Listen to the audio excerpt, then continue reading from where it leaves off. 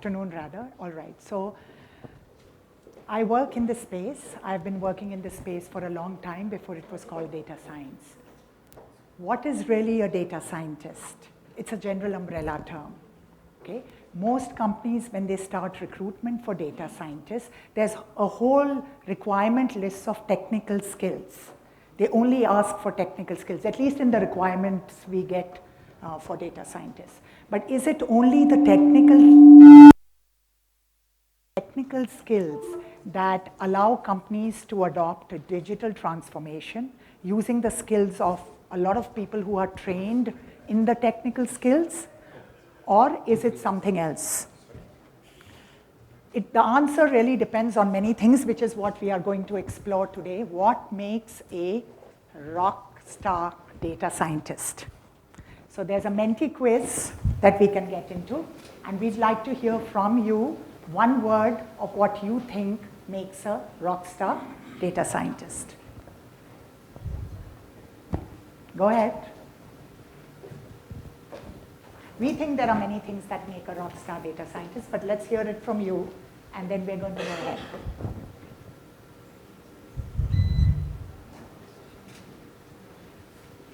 Come on, yes? There is no one-word explanation. All right, very good. Trick question and trick answer. True, but give us the one word that you think defines a rockstar data scientist. One word, all right. So good. This is everything you've put out there as one word, all right? Now, many companies look at it as data scientists, but what does the data scientist actually do? Is it an algorithm building data scientist, or is it a non-algorithm building skills that you actually use?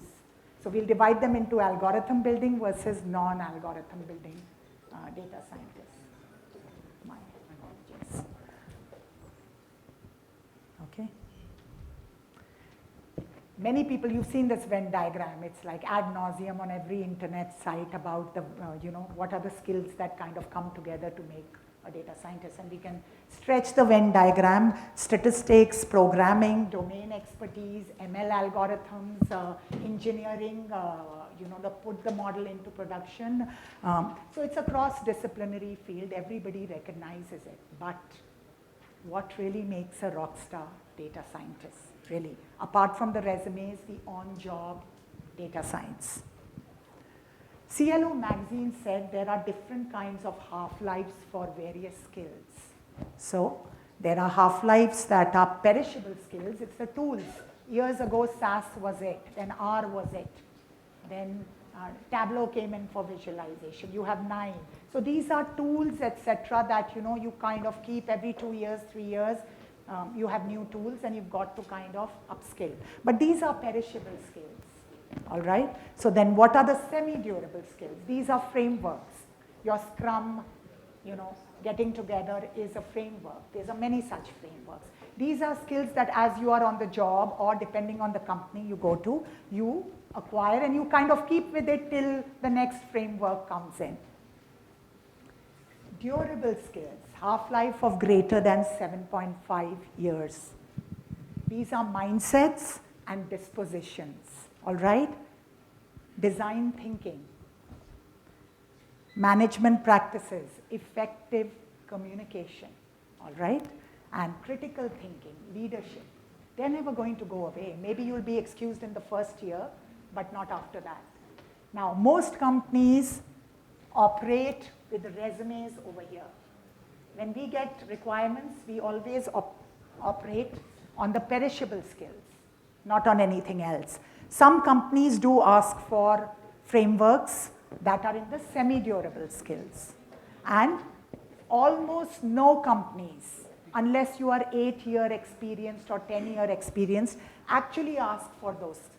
You can read every resume that comes in. Very few companies, unless you are a senior, will ask for effective communication, critical thinking, and all of those skills. So what do enterprises as companies need to do for that rockstar data scientist? Right up front, they need to be asking for the durable skills or coaching for the durable skills or upskilling, because it's not just going to happen. You're going to rise in your career, and by the 3rd year or 4th year, these skills will become non-negotiable. If you can't work effectively in teams, nobody's going to put you in projects with large teams. If you cannot bring out what you did and effectively communicate in a non-technical way, you're not going to move far. You will always have a job, maybe, yeah? But you're not going to progress in the data science, nice, meaty projects. These are some of the skills that, well, we bucketed them into functional, technical, management, soft skills. Now, soft skills are clearly taught outside of the technical skills, all right? I never see soft skilling unless the person hits a roadblock in their career. Then I get asked, oh, can we send them to soft skills training? Many of the durable skills actually fall in what we call soft skills. Okay? Most companies today hire masters or PhDs. Yes, if you don't want to do your masters, you can be really, really smart in your bachelor's and get by. But for that, you have to be really, really smart. So credentials are important. Getting that master's degree in a field of interest. And AI ML is still a wide field, so you've got to decide which is that field of interest. Talk to people. So that is what usually happens in companies. Okay? Many FANG companies, Facebook, Apple, while there is this romantic notion of, hey, you know, I'll do these certificate courses, I'll do these side courses on my own, that's great, you're intrinsically motivated. But most companies get very few people who are intrinsically motivated and can crack interviews and codes and, you know, very few. Intrinsic motivation is a serious problem. It's like a personality thing. So most FANG companies actually don't hire or don't look at resumes of people who are self-taught. They do find exceptions, but most of them go for this. So credentialing, getting into the right courses, getting equipped on both the perishable and the non-perishable skills is important right from day one. Okay? So we come back. All right. So what we are going to do now is, this is Santosh and Subhajit. They are actual practitioners. Okay? They deal with data science. They deal with data science problems. They recruit. They are going to start with telling you about what is the practitioner look at in terms of the examples from real life in their businesses. So Santosh, over to you. Some of the examples and what are the skills that come out from those examples. Go ahead. I'll start with one area from the current workplace that I am in. I'm in insurance. I work at Policy Bazaar. So I'll take one area, one big area, which is critically important to the company and also the companies we work with, is essentially fraud management, right? Fraud detection and fraud management. Fundamentally driven by machine learning, artificial intelligence, and so on, right? So now think about what kind of skills you would kind of want to apply, right? Before that, let me state, within insurance, there are multiple businesses, right? Like for example, the frauds in car or in a two-wheeler kind of insurance, like the general insurance, the frauds are very different from, say, a fraud happening in, say, life insurance. Life insurance is actually a death benefit. It's not a living benefit, right? So one of the most important, the biggest fraud cases are coming in form of impersonation, which means I am trying to impersonate as somebody else, right? Now, if that is the case, how do you actually build models and so on and so forth, right? Models is just one part of it. How do you actually build solutions around it to actually detect this pretty much in real time? Nothing is real time. It actually goes through a process, but it sort of, I'm just talking in that sense. So a data scientist, think about it, right? You can actually do computer vision, which means you're doing face matching, voice matching. You're actually looking at transactional behavior. For example, if you've actually got one credit card or one payment instrument which is being used multiple times, that's a big red flag, right? So that's the second type of fraud that can happen. So in essence, a data scientist is supposed to actually think about the big picture in mind, right? And then actually break down the problems break down and that problem can be big. It is not one single problem, right? I was talking about payment-related frauds. I was actually in fact, even the payment might be correct, but what people fill up, for example, an address actually gives a big queue, but address is an unstructured piece of text, which is very difficult to comprehend. How do you actually make sense whether it's actually being used by 3 or 4 different people, right? Possible.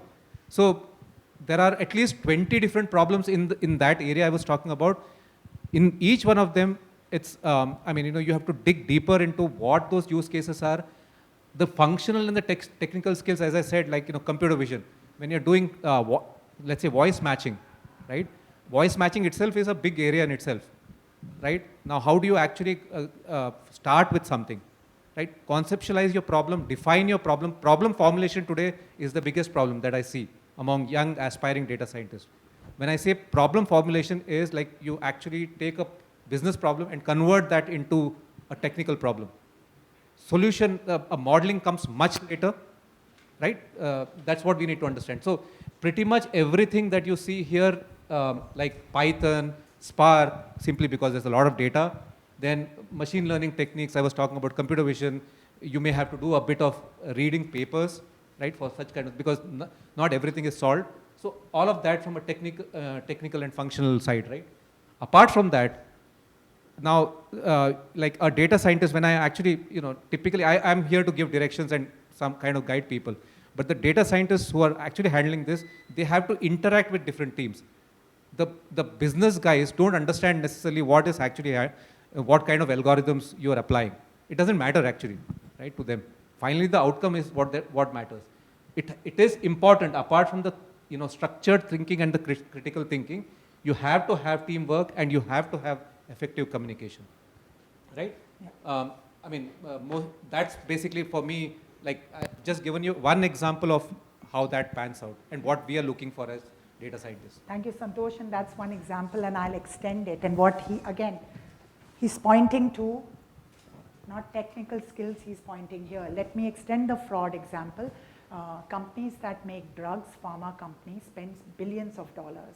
And clinical trials are extremely important to be able to get to market, and you get 3 years before generic drugs come in. We are talking $8 billion dollars in a simple drug development. We got a case many years ago from a pharma who was tracking fraud among doctors, and fraud among doctors who were conducting clinical trials. And the way clinical trials work is that you get to 50 people, 10 people, it depends on what the clinical trial is. And you take measurements, their blood, their urine tests, some other measurements, metrics, over a period of time. Some may have that drug that you are developing, others get a placebo, and you record all this. What happens by the 9th day or 10th day of the clinical trial, some person you have picked will call up and say, "Sir, I'm not coming." Disappears from the clinical trial. Now, doctors are paid for these clinical trials, but the more important part is the patient has left. Now you've got to go and recruit another patient to fill that patient who has left. So how doctors were committing fraud in this pharma were that they were not recruiting another patient, they were simply mixing up the readings from other patients and continuing as if that patient existed. So the company very gleefully told us, we just want you to kind of look at the data. It's 1% fraud, we can manage that. So most companies give out their work to fairly smart algorithm building companies. So we usually don't tackle the algorithm part. We went and said, how did you define fraud? How did you catch and define it? So they said, okay, what we are doing is we take a doctor, we take the 10 patients under, or the clinical trial participants under him, and we match all their metrics, and our algorithm matches all their metrics and makes sure that no other participant has that reading. So we looked at it, okay, seems okay, but then a regular question for all of us who have cheated in school is, cheaters are smart. They're much smarter than that. If I had to cheat, I would mix a urine sample from patient X, another one from patient Y. I'm not just going to pick up the readings from one person and smack them into the one who didn't show up. So we said, let's change the definition of the fraud Y, and let's define it as everything, every patient the doctor has, match the blood, urine, all the metrics and kind of do a correlation or an affinity market basket kind of analysis. It's more sophisticated than that, but do it that way rather than assuming that each one substituted one others, all the metrics. So they said, okay, all right, we did it, and guess how much the fraud went up to? 4%. Now 4% is a big number for fraud, all right? So here, to point to what Santosh was saying, framing of not just the problem, framing of the metric you are chasing, the why. You know, don't put your assumptions. Cheaters are not like us that they will just simply do simple cheating. So defining what fraud means to you, framing the fraud problem takes critical thinking, and framing takes teamwork. You're going to have to talk to domain people who understand this business, all right? And obviously clear communication. Those are the three things that example brought to light, because we didn't do anything. We were consultants. We just asked the question on how did you frame the why? And then we did a simple analysis. It wasn't complex. The shock to the business was they had never thought about it, and they are in this business. So the data scientist skill, it's not here. We didn't do anything here. I mean, most of you who are data scientists would crack a problem like this with correlations. It's here. So I'm going to now, I hope the point's been made, and then Subhajit will come in with another example where we will show you what are the skills that actually, when you problem solve, what are the skills that come out. Go ahead. Sure. Thanks, Anuradha. So one of the key questions in any business is to find out the customers, who are the new or the repeat customers, understanding them, and how to sort of reach out to them. And so I work mainly in the pharma sector. And in pharmaceutical industry, it's also same. Like there is not much difference, but with key characteristics which you have to keep in mind, like ethical and regulatory guidelines. Then understanding who the customer is. Typically, it's the doctor or the physician who is writing the prescription for the product. So these are certain nuances or aspects, but essentially the problem is the same. So the problem boils down to kind of finding out who the next or repeating writers or prescribers will be, and how to sort of optimally reach out to them within ethical and regulatory guidelines. Now, the first skill that I would like to highlight is again the framing of the question, because that sort of affects a lot of downstream activities. For example, do you want to predict patients who will move to the next stage of the disease and then reach out to their doctors, or do you want to predict the doctors who are more likely to write prescriptions based on some prediction from some prescribing history or behavioral pattern or things like that? Okay, so or do you want to predict new writers or the repeating writers? Because these are two different distinct business questions. Now, why is this important? Typically what happens is that you start doing the data engineering and feature engineering and then decide on the problem. And this now seems very strange to hear, but it happens very frequently. So this is the first question on how to define the business problem or the framing of the question. The next aspect would be to understand data from various sources and how you can fit them into the same frame.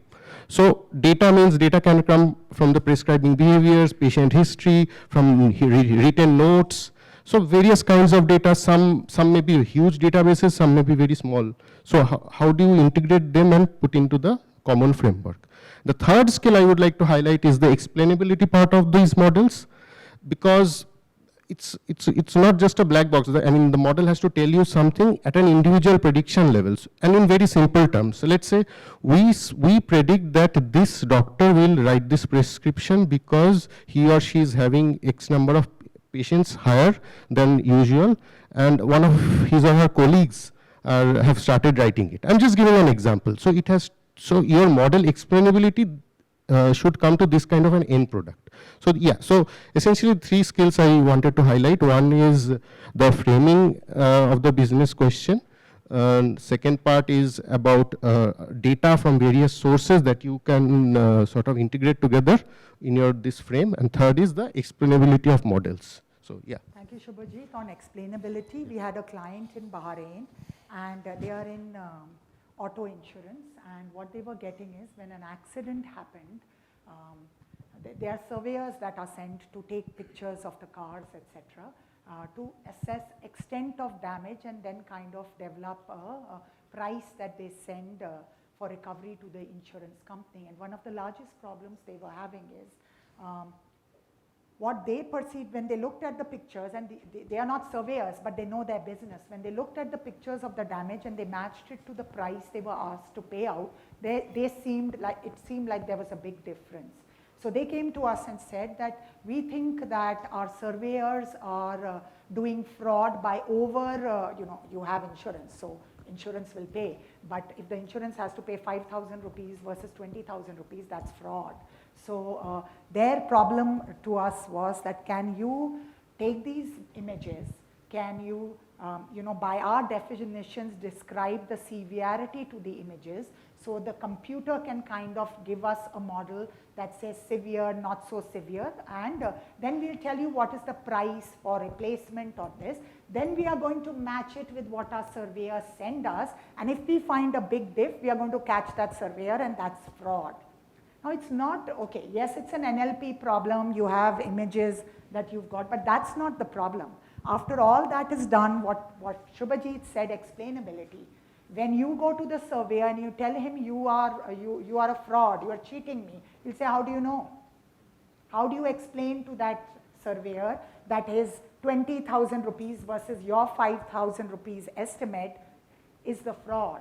So it's not about the model. You build the model, all that is the easy part. Now they have to go and talk to the people and actually make them understand that they are over ticketing them. So explainability there is one of the keys, and also the NLP part. Yes, I mean, anybody who's done 1 or 2 years of computer vision problems will be able to crack the picture to the damage given a dictionary. So I'm extending what Subhajit said and said, explainability not about the model, explainability also to the end customer who you are calling out to take an action. So that is more important, and their empathy and how you go about that business, what charts you make is the more important skill, because when you tell someone, hey, you are committing fraud, they're not just going to take it lying down. All right, so thank you, Subhajit. Over to you, Santosh, for the next one. Let me take another example. This is from my previous organization. Contract. We were actually we were actually a B2B kind of a software company, which means basically competing with the likes of SAP in the procurement space. So the end product is actually a procurement software, right? So typically all the big companies use procurement software, right? It is more like a ERP, but it's slightly different. So what we were trying to solve is this. It's again a very, very complex problem and a multi-year problem. By the time I left, I think we had cracked only about 40% of it. I can give you the experience from that. And I truly had a rockstar data scientist to do that work, and he did some fantastic things in that project. So let me explain the problem. So when you actually are trying to build some like a intelligent contract reader, let's say, right? I mean, I'm just giving a fancy name to it. So what it's supposed to do is, some of these clients, for example, some of the oil and gas companies, they have contracts, some tens of thousands of contracts which are 50-year-old and so on. Right? Some of these have been written in that old, so they've been kind of photocopied, they've been kept in some place, they want to digitize it.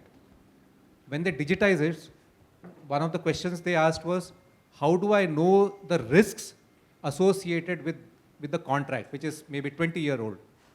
I mean, some of these are actually legal is complicated, right? So how do I assess risk looking at all the legal clauses that are there in that contract? That's one. Second, so, big companies have their own, contract, legal contract templates and so on, or language. So when they work with vendors, and the vendor is supposed to kind of, when they actually submit their, version of a legal contract, can the algorithms or the software figure out all the risk associated with that, right? And so the understanding of the legal language is an important aspect of what we were trying to do. Now the third thing is, let's say I've actually somehow or the other, I've actually been able to digitize everything. I put some 50,000 contracts, onto this portal, onto this software, and some procurement guy is coming and he wants to basically do a semantic search. So he may use his own language in English, right? Now he wants to understand what all contracts in the repository, with, actually can he find these legal terms or phrases. Now think about this, right? You have a search application which is doing semantic search. The second one is when you're actually kind of analyzing your vendor contracts, how do I basically solve for understanding the risk? To do that, you need to actually understand similarity between the clauses itself and so on. Now the biggest challenge, I'll tell you, when we were trying to build this, right, when we were even actually thinking about the roadmap, we were a B2B company, right, a software company. Where do you get data from? We don't have any data. None of the data actually, although we had a lot of customers who were actually uploading their contracts, we can't access them, right? We don't have the permission to actually do that. So how do you basically build anything for that matter, right? So where do you get legal contracts? So that was problem number one. Problem statement, of course, was kind of broadly given. We had to formulate that. But once the formulation happened, then we have to kind of come up with the data sets. So what we did was we actually reached out to, we had a services arm as well. We reached out to some of the lawyers, attorneys within the company. They said, okay, you can use a few of those older contracts where we've terminated, like we don't have an agreement anymore. You can use that, one. Second is we went to our own procurement team in the company where we've had agreements and so on. We took out some of the contracts. The third one, somehow this guy, the Rockstar I was talking about, he figured out a place or one portal where actually you could subscribe. And like, for example, indemnity clause, right? That portal would actually give you tens of thousands of variations of indemnity clause. For me, everything looks, actually sounds the same, by the way. Right, so, but yeah, now what that did was, it allowed us, all of these things put together, it allowed us to actually build a proper neural language model, which is a very, very important thing. Like, let's say you are trying to assess the similarity, semantic search. Even for that matter, risk assessment of, of those clauses comes second in the journey, right? First you understand what is written, you find out what is it corresponding to a standard legal clause in our template, right? You have to match that. And we are talking about paragraph matching in the legal terms, right? Very complex problem. So what he did was actually, from this sense, right? Yeah, machine learning techniques, how to solve that problem itself is, it requires like machine learning techniques. How do we handle data? Data eventually would become important because when you're building a software product, you need to actually use something like a Spark, Hadoop, Python, of course, is there, right? And what is not here is also important is in a B2B business, when you're building a software, how do you deploy those big, huge, fat models, right? That's also very important. That's not here. But apart from that, what is important? You have to work with business guys, the customers. You have to work with your own legal team, right? The legal guys don't understand anything else, right, by the way. Right, so, and you don't understand their language. So you need to communicate effectively. What was also demonstrated by that guy was creativity, the way he actually approached the problem, right? Creativity. Then obviously communication and teamwork. And then these are, I think, fundamental to a data scientist. Any problem that you get is not going to be written down in any textbook. You have to have critical thinking and a structured way of actually solving that problem. Thanks, Santosh. And I don't see critical thinking in any of the requirements I get for placement, by the way. It's never there. It's never there. Critical thinking and framing is never there. I'll extend what he said. We had an engine problem. We had to predict for a company when the engine would crack. Now, engines in cars don't crack. They're like a nuclear problem. Nuclear disasters don't take place just like that. Yeah? So you had to figure out when that engine would crack and help the computer see the difference between a crack in an engine or some other issue. We didn't have, the company didn't have enough data for engine cracks because, like I said, most cars' engines don't crack. So it's a less payout on that warranty.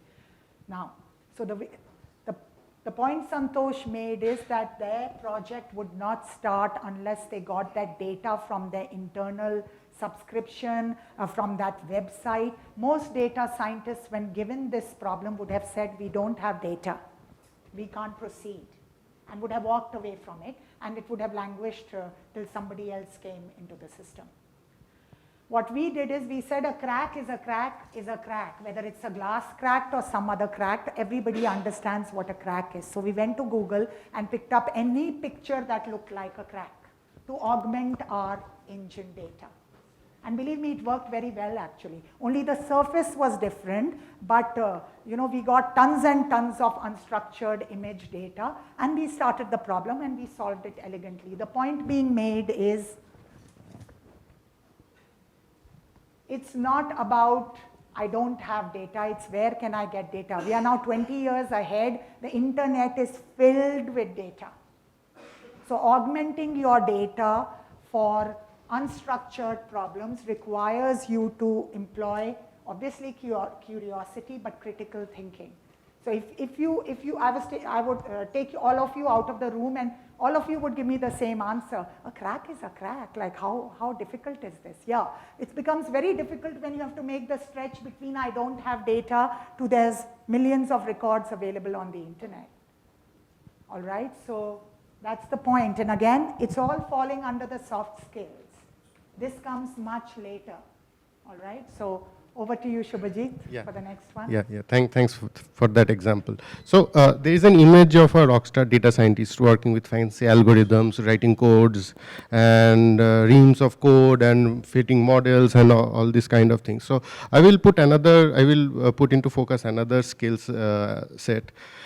The most fun I have had personally, if you talk about the fun element of it, is with data visualization and storytelling, and it's been effective as well. So in one of my previous projects that I did, so it was a little bit on the clinical or academic side, where we had to assess evidence from multiple sources and finding out patterns of effectiveness of medicines. So there are I won't go into the details. There are a class of models that we built. Those are not for essentially predictive purposes, but to sort of get the product effectiveness and also find out the key determinants. Now, in a particular situation where we had our models were not converging, and in medical field you always look at things like p-values and things like that. Okay, so however, within a limited amount of time, I was able to explore packages like ggplot and lattice. These kind of graphical elements were coming up then using in R. And using that some sort of graph like the bubble charts and simple smoothing painted such a clear picture, it got a lot of traction and it was published as well. So the point that I'm trying to make is that it's not always like fancy algorithms, your models will give good results and all. Using EDA, exploratory data analysis and visualization, combining it with storytelling, you can get a lot of interesting output, and you can also have a lot of fun with it. How do you sort of creative? And there are some books and there are some aspects to it. You can search about something called the grammar of graphics. Then there is also a book called Beautiful Evidence by Edward Tufts, so which talk about how you can very creatively visualize the data. So that is another aspect that is also part of being a data scientist, data visualization, storytelling. Thank you, Subhajit, and I want to tell you a beautiful, what Santosh told me, Freakonomics story, and you will have to guess the final answer. I was a young rookie researcher in market research, and we pitched for a social research project. And we were not social researchers, we were your typical market research agency. And this was a World Bank project, it's done every year, the Reproductive and Child Health Project, the Ministry of Health and Family Welfare that monitored all our COVID number of cases, gives this out. And you go to the interiors of India and you find out things like how many children do women have, what is the literacy. These are important metrics to be fed into our 5-year plans for money going to states and all. So extremely top end in terms of statistics, design and everything. Because we were the rookies into this, they asked us to go to the Northeast. All right, we got very excited, but the Northeast is a very difficult terrain to manage in terms of research, and they required a female researcher to go and coach the people who were going to ask these surveys. These are sensitive questions. So I volunteered to go to the Northeast on company money, and I went. All the data got collected. We are talking like districts, like for those of you familiar, Churachandpur in Manipur, a lot of interiors of the Northeast. All the data came back, and I was writing the reports, and I put all the numbers in, and I sent it to the ministry and thought, and they are fat reports, like each report is 200 pages. All of it went, and then the ministry wrote me a really harsh letter. And they said, you have fudged the data for a certain metric about women having their last children, the age of women when they have their last children from Manipur. So I looked at the data again. So there were a section, it was skewed, so many women in the Northeast have their first children at about 18, 16. And then by just that cycle, the last children would finish well into their 30s, nothing more. We had women who were having their last children at the age of 45 or 46. This is interiors, this is not urban India with a lot of fertility clinics, etc. All right, so I looked at the data again. I had not paid too much attention. It was very glaringly obvious that this was the case. And the government wrote to me harshly and said, either your people have fudged this data because you had to travel like another 20 kilometers to reach the house, but this defies every report that we have ever done in the last 10 years. I was young and foolish, but I was curious. So I called up my field person and I said, your guys fudged the data. He said, no, we don't fudge data. So I said, okay, so we picked up some questionnaires. We went in again, we picked up the questionnaires of the women who had said that they had had their last child at 45 or 48, and the girls trudged. This is long trudging people. Their shoes used to wear out in making these miles on foot in certain areas. So they trudged back and they asked these women. What do you think the answer was? Did we fudge the data? Could I just put in the mean age of women and say, I really don't understand the problem, or do you think we found something else? What do you think? This is Manipur. Anybody of you take a guess? And I ask this in my classes and nobody guesses and we come up with bizarre reasons, but you can try. Let's try if somebody gets it. What do you think was happening? Go ahead. They didn't know their age. Okay, good one. 45, 16, maybe not. The gray hairs, maybe not the gray hair in the Northeast, but good. But that wasn't it. Go ahead, anybody else? They were skewing the entire data of India, meaning in that section. Go ahead, somebody raise their hand. Some? Translation? No. Translation was taken. Actually, every questionnaire was translated into the regional language and only researchers. These are very strict protocols. Whoever went to talk to them could speak both in English and in their regional tongue fairly fluently. Otherwise, you can't get this data out. No. Anybody else? Come on. There's a room full of people. Come on. Yes? Maybe they weren't answering this. Someone else in the family was... No, you can't. In a questionnaire like this, you have to ask the person. Otherwise, it's considered a no, meaning that data is out. You can't ask someone else as proxy. What else? Come on, this is Manipur. I'm giving you hints. I've said 3 times, this is Manipur. There's something unique about Manipur that is not there in many other states. It's very difficult anyway. So. Yeah, he says it very, okay. All right, this is what it was. And if I had not been curious and if you had not dug, you would have made a EDA box plot and said, I don't understand, let's fix it by the mean. When we talk to those women, and this is, you have to employ empathy here. Manipur at that time and continues to be under army rule. Okay, there is the army out in Manipur. So women who had had their children early, and especially sons, had lost them to 2 things, terrorism or drugs. And to overcome the grief of those lost children, these women were going and having their last children at 45. That was the real answer. And this was not one woman telling us. We met many households where they had lost children of 18 or 20, and therefore they had extended their reproductive cycle. And I had to write that report and send it to the ministry. And to their credit, the ministry accepted that answer and said, all right, we are good. So this is beautiful about the EDA example. Yeah? This is one of those stories that you can't make up this story. But had we not dug, it was easy for me. It required more economics. It was easy to say, maybe our researchers made a mistake and just impute it by the mean. And everything fits. So goes to explainability, curiosity, and digging when EDA analysis doesn't go. And many of us in our early years don't have domain understanding. I had no domain understanding about Manipur or reproductive health. I was like 21. So digging, finding out, and sometimes these beautiful, beautiful outliers you remember. All right, we are going to talk about failed projects now. Okay, time's up. All right, you want to talk about failures and what are the things that cause most failures? I think recent example actually, I can keep going on the entire day about failures. Having worked 20 years, so I it's easy to make mistakes. I have made a mistake recently. Actually, less to do with the functional skills and whatever, right? The algorithms will do what you want it to do in some ways, right? It was an internal one where, we have a lot of data in the company.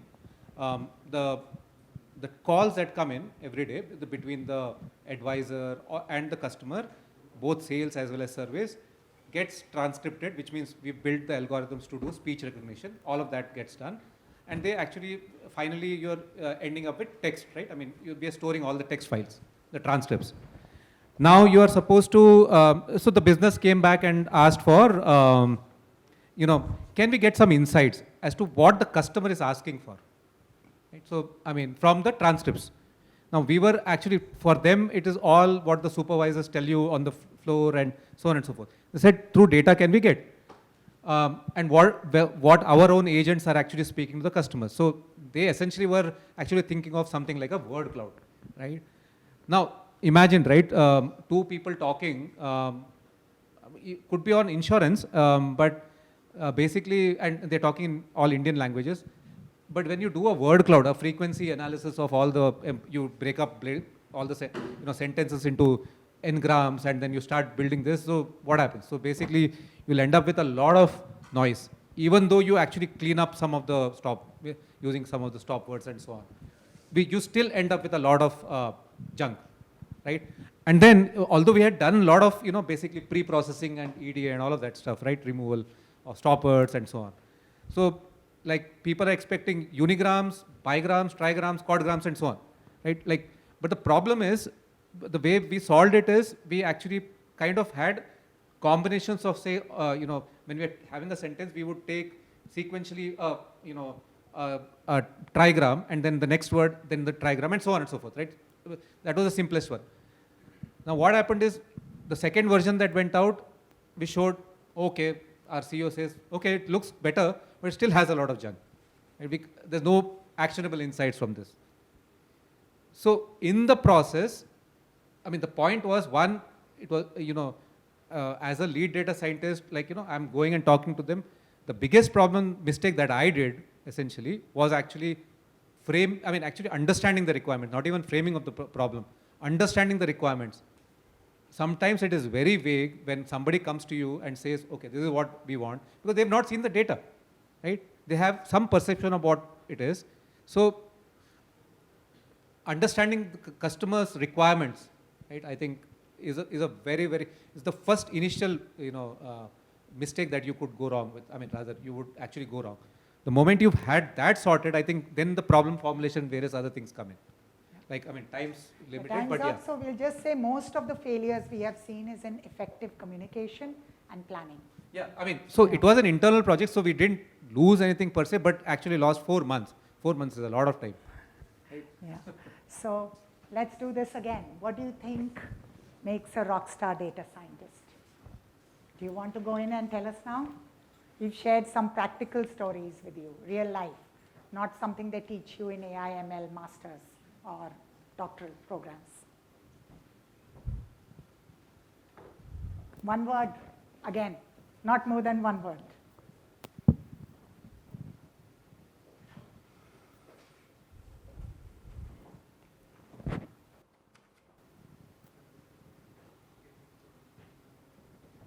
Come on, the room is, we have less people, but there's still people.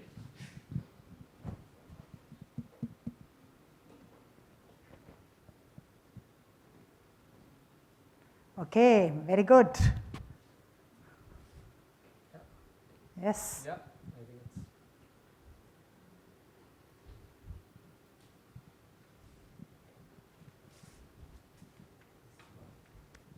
It's what we call soft skills, people. We'd love to tell you, and we are all data scientists from an era that's bygone. We'd love to tell you it's the algorithm. It is, but it's not the most important.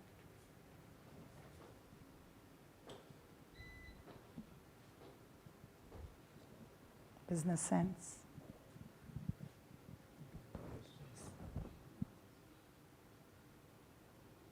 He's just showing you before and after. What we started with and now what we have. And that's why we always like to invite practitioners rather than educationists and recruiters all telling you the same NLP and deep learning and every which way technical algorithms.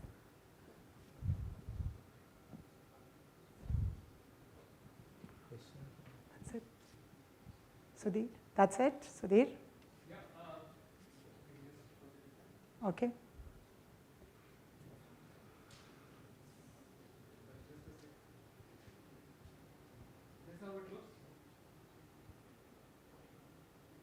Okay, very good. Yes. So that is from us. Any Q&A, questions and answers?